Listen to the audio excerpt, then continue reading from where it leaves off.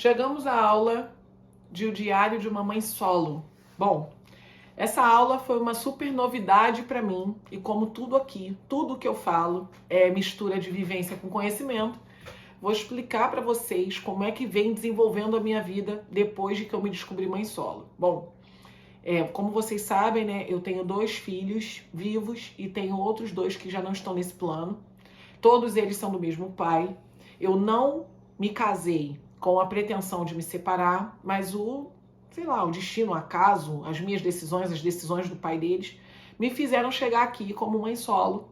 E eu, sinceramente, entrei com essa faceta, né, mãe solo, com muita vergonha, eu confesso, porque eu não queria que os meus filhos ficassem criados sem a figura masculina. Então eu vou trazer para vocês como é que aconteceu com a minha vida de lá para cá, de uma maneira que vocês entendam se vocês estão passando por isso, né? Vocês vão conseguir se conectar e como é que eu posso usar a minha experiência para contribuir com vocês de alguma forma, ok? Então eu tenho 1 ano, vai fazer agora, 1 ano de separada, né? 1 ano que eu já vivo sozinha com os meus filhos. Para o meu filho mais velho foi muito mais difícil do que para minha filhinha, porque a minha filha na época só tinha 1 aninho, ela fez 2 anos aqui já, né? Primeiro ponto, eu escolhi abrir mão da casa onde a gente vivia, eu escolhi me mudar, sair do bairro, sair do relacionamento, sair do bairro e vir para outro bairro justamente por conta dessa vergonha, ok? Nas redes sociais, muita gente me vê assim muito forte ao falar de determinados assuntos, mas obviamente eu sou um ser humano, então eu tenho sim alguns bloqueios e um desses bloqueios é esse, ter a força para ser aceita, porque na verdade, né, o ser humano ele tá aqui para ser aceito pela sociedade, querendo ou não, certo? Mas ser aceita como alguém estruturada ainda que sem a figura masculina para levar e conduzir a criação dos meus filhos com aquilo que eu julgo a melhor forma, certo? Foi muito triste no início, certo? Eu não queria ter me separado, né? A verdade é essa. Eu fui obrigada a me separar para colocar o meu posicionamento ali naquela situação. E aí eu vim para cá, eu me fragilizei muito, foi muito difícil. Eu vim para cá sem dinheiro, eu vim para cá sem entender como é que de fato a coisa ia acontecer. Né? Graças a Deus, Deus me abriu diversas portas, a minha família me deu um super apoio, até porque muitos membros da minha família não concordavam muito com a maneira que o pai das crianças agia comigo, né? Então ninguém nunca falou pra mim, Cíntia, tenta voltar, certo? Muito pelo contrário, Cíntia, eu sei que você não gostaria de estar passando por isso, mas lá na frente você vai agradecer, né? Chegou um dado momento até que o meu irmão disse pra mim, eu falei, poxa, te parece que vai demorar a beça para eu vencer na vida. E ele falou, você já venceu na vida desde o momento que você se separou. Então, quer dizer, parecia que era uma coisa que muita gente estava com nó na garganta e esperou eu me separar para que de fato dissessem isso para mim, ok? Eu fui entendendo friamente como é que funcionava a minha relação acerca da visão das pessoas. Isso, de certo modo, me tranquilizou, porque eu não queria ser vista como uma mãe solteira, como uma mãe leviana, como os meus filhos fossem jogados, como se eu estivesse deixando os meus filhos com outras pessoas para que eu vivesse uma vida de solteira. Não, eu continuo sendo família, é algo até que me emociona até hoje, mas eu continuo sendo família e eu busco ao máximo trazer essa estrutura para os meus filhos, ok? Então não é fácil, né? Porque a mãe solo, ela é a pessoa que vai ao mercado, que é a mesma que cozinha, a mesma que lava o banheiro, a mesma que faz o dever de casa, a mesma que penteia o cabelo, a mesma que desfralda, a mesma que desmama, a mesma que tudo, certo? Eu tenho um filho de 8 anos, uma menina de 2 anos, e diariamente são desafios, né? Eu procuro manter a minha casa sempre arrumada, ainda que com filhos, eu não consigo acreditar, né? Pra mim, pra minha vivência, certo? Eu não consigo acreditar numa casa minimamente em ordem, com as coisas assim espalhadas, então eu gosto, os meus filhos acabam contribuindo, mas o mais velho muito mais, ele sabe que eu gosto de tudo em ordem, claro que não fica uma casa fria, né, tem um brinquedinho aqui, tem um sapato ali, tem uma coisinha aqui, ou acolá, mas nada muito catastrófico, certo? Financeiramente falando, eu conto com a contribuição, porque é uma contribuição, tá? Definitivamente, o homem, ele não entende ou finge que não entende o grau de uma criança, das necessidades de uma criança depois que ele se separa, né? Muita gente já me questionou por que é que eu não coloco na justiça, porque hoje o que ele me dá é muito maior do que o juiz vai determinar, então é por isso, por hora, eu não quero me indispor com justiça. Ele já paga uma pensão em juízo, então eu não quero ser responsável por alguma coisa acontecer na vida dele que vá levá-lo para cadeia, ainda que eu, adulta, entenda que é de responsabilidade dele pagar, mas o meu filho não vai entender isso e vai achar que eu fiz de propósito para que ele fosse preso. Então, para não levantar diversas situações da minha vida pessoal, eu prefiro não colocá-lo na justiça, ok? Então, isso aí é fora de cogitação. Uma maneira que me deixa mais confortável com relação às crianças dentro da minha organização é chamar toda a responsabilidade para mim. Gente, tenta entender, só entender, não precisa concordar com a minha linha de raciocínio, tá? A mulher, em toda a esfera da vida, ela se cansa infinitamente mais que o homem. A gente só vai escolher qual é a batalha que a gente deve travar. Então, qual é a batalha? Ou você lembrar o pai dos seus filhos que ele precisa vestir, calçar, comer, que lazer faz parte da vida da criança, ou, sinceramente, você usa a tua organização, chama a responsabilidade para você e toma toda a contribuição que ele te dá como bônus. É assim que eu escolho fazer, que é essa segunda opção. Então, todas as minhas contas da casa ou as contas que envolvem as crianças, eu vou fazendo de uma maneira que eu consiga pagar. E tudo que ele me dá, me ajuda a pagar. Se ele não me der, eu não deixo de pagar, porque eu já estruturei a situação de uma maneira que torne minimamente organizada. Cíntia, você perde por isso? Perco. Porque, por exemplo, se eu quisesse fazer um curso de inglês e eu tivesse que separar um valor para fazer esse curso de inglês, eu não vou poder fazer porque eu sei que eu estou levando, carregando nas costas, né, toda a situação de sustentar os meus filhos, né, por conta da inadimplência do pai deles ou da frequência com que ele contribui, ok? Mas eu também sei que para mim, para eu ter um sono tranquilo, para eu me tornar mais produtiva, chamar a responsabilidade para mim faz com que eu vá até onde dá pé para mim. E a partir daí, do dinheiro dele, que para mim é sempre bônus, eu acabo ou antecipando alguma conta ou fazendo ou juntando para que eu consiga fazer algo para mim de fato. Então é como se eu emprestasse o dinheiro pro pai dos meus filhos, ok? É como se eu emprestasse dinheiro para ele, porque uma vez que eu sustente por completo os filhos que também são dele, é como se o tempo inteiro ele tivesse um débito comigo. E aí, com esse débito e ele me pagando, aí sim, dentro desse bônus, eu faço da minha vida pessoal o que eu acho melhor. Ou eu antecipo coisas, né? Eu antecipo situações, ou eu faço algo para mim, certo? Então, por hora, é assim que funciona comigo. Pode ser que muita gente não concorde com isso. Cíntia, mas ele é pai, ele tem que fazer. Cíntia, mas ele é pai, você tem que cobrar. Cíntia, mas alguém tem que defender o direito dos seus filhos. Gente, lembrando que aqui a gente está lidando com adultos. Uma coisa que eu te aconselho para que você faça pode servir na sua situação. O que eu estou falando aqui é muito subjetivo. Cada caso é um caso, né? Se o teu ex-marido, ele é sargento da aeronáutica, e se vocês só têm um filho, onde você não vai ter que dividir essa pensão com ninguém, coloque na justiça, certo? Agora, o meu ex-marido, ele tem, além dos meus 2 filhos, né, dos nossos 4, que são os 2 que não estão mais aqui, e os 2 vivos, ele tem outros 2. E uma dessas 2 tá com ele na justiça. Eu não vou ficar aqui dividindo R$100. Então, eu prefiro não fazer, entendeu? Então, eu só estou explicando essa aula, que até o nome da aula é Diário de uma Mãe Solo. Eu estou explicando isso para que vocês entendam a minha ótica sobre os meus fatos. Se os teus fatos são outros, você vai ponderar aquilo friamente calculado para lidar com os seus fatos. Às vezes o cara é um ex-marido, é um péssimo marido, mas é um ótimo pai. É um cara que é um ótimo pai, mas quer jogar na tua cara que você é uma mãe ruim. Às vezes o cara nem tá fazendo pelo bem da criança, e sim para mostrar que mesmo separado ele é melhor do que você, tá? Às vezes tem essa competiçãozinha velada aí. Então, entenda, aqui nós estamos falando com diferentes pessoas. Eu tô colocando a minha situação.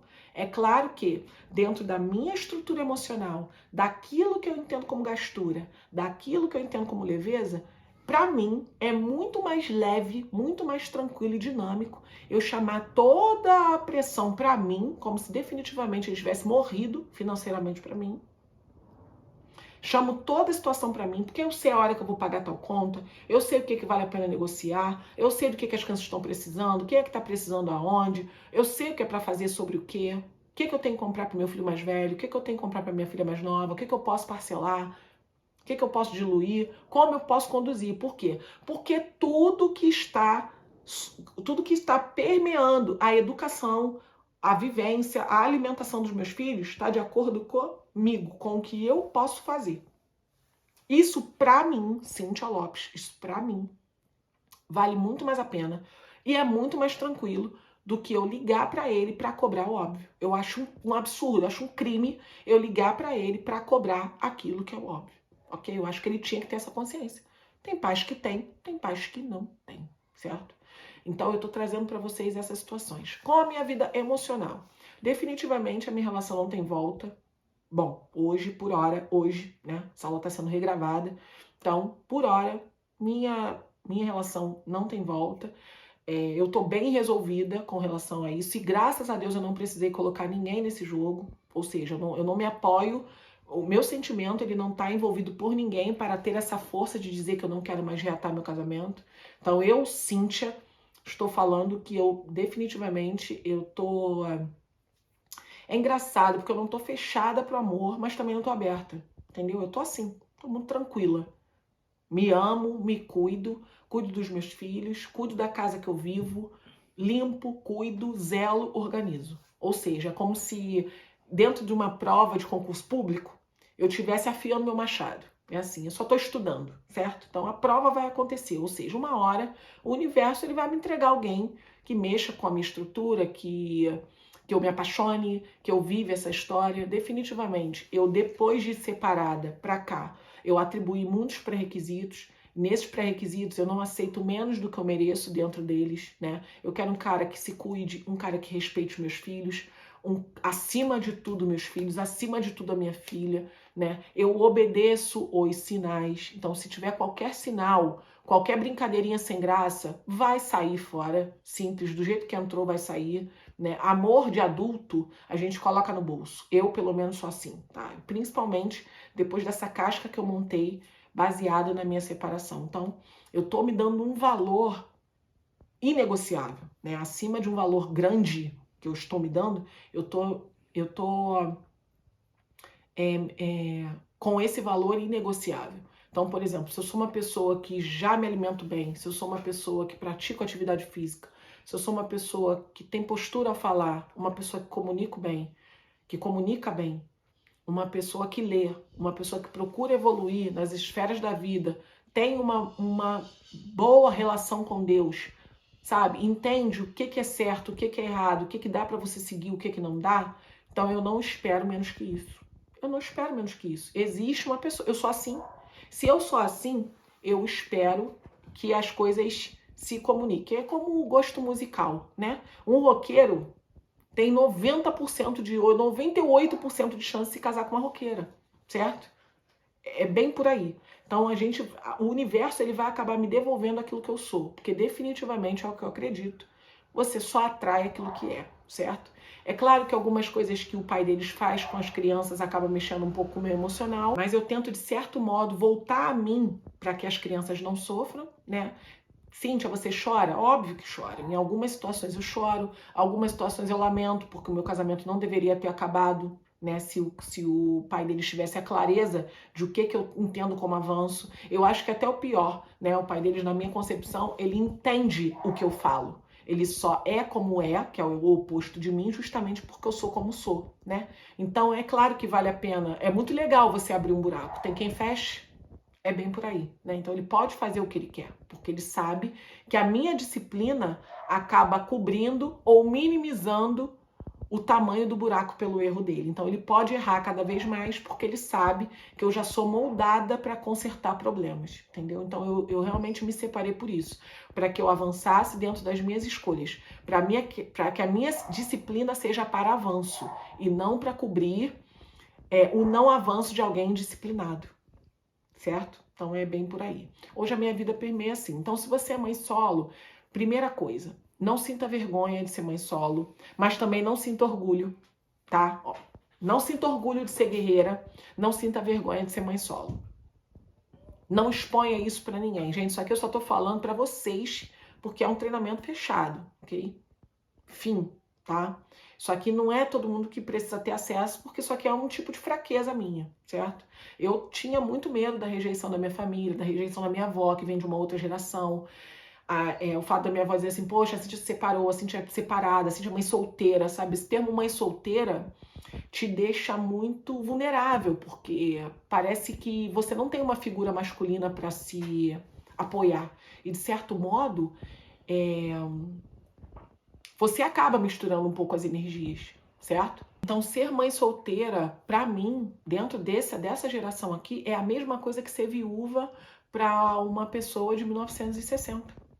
Certo? Uma pessoa de 1980 ali. Alguém é viúvo. Poxa, viúva lá, o marido morreu, agora ela tá sozinha.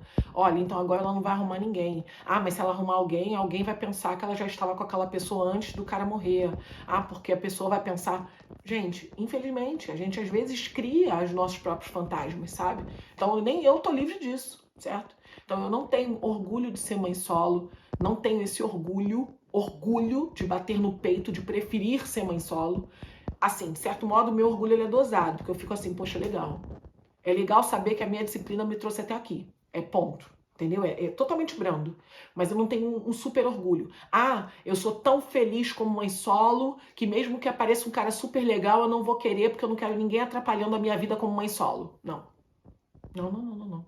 Eu vim nesse mundo para ver o amor. É bíblico, né? Não é bom que o homem viva só. Então, obviamente, vai acontecer. Só que vai acontecer e eu tenho pré-requisitos. Né? Ah, Cíntia, mas quem escolhe muito fica sem. Beleza, mas é antes só do que mal acompanhado. Então, quer dizer, se você olhar um bordão, né, uma frase ali, ela é totalmente contraditória com o outro, né? Porque se eu acredito em um, eu não vou acreditar no outro.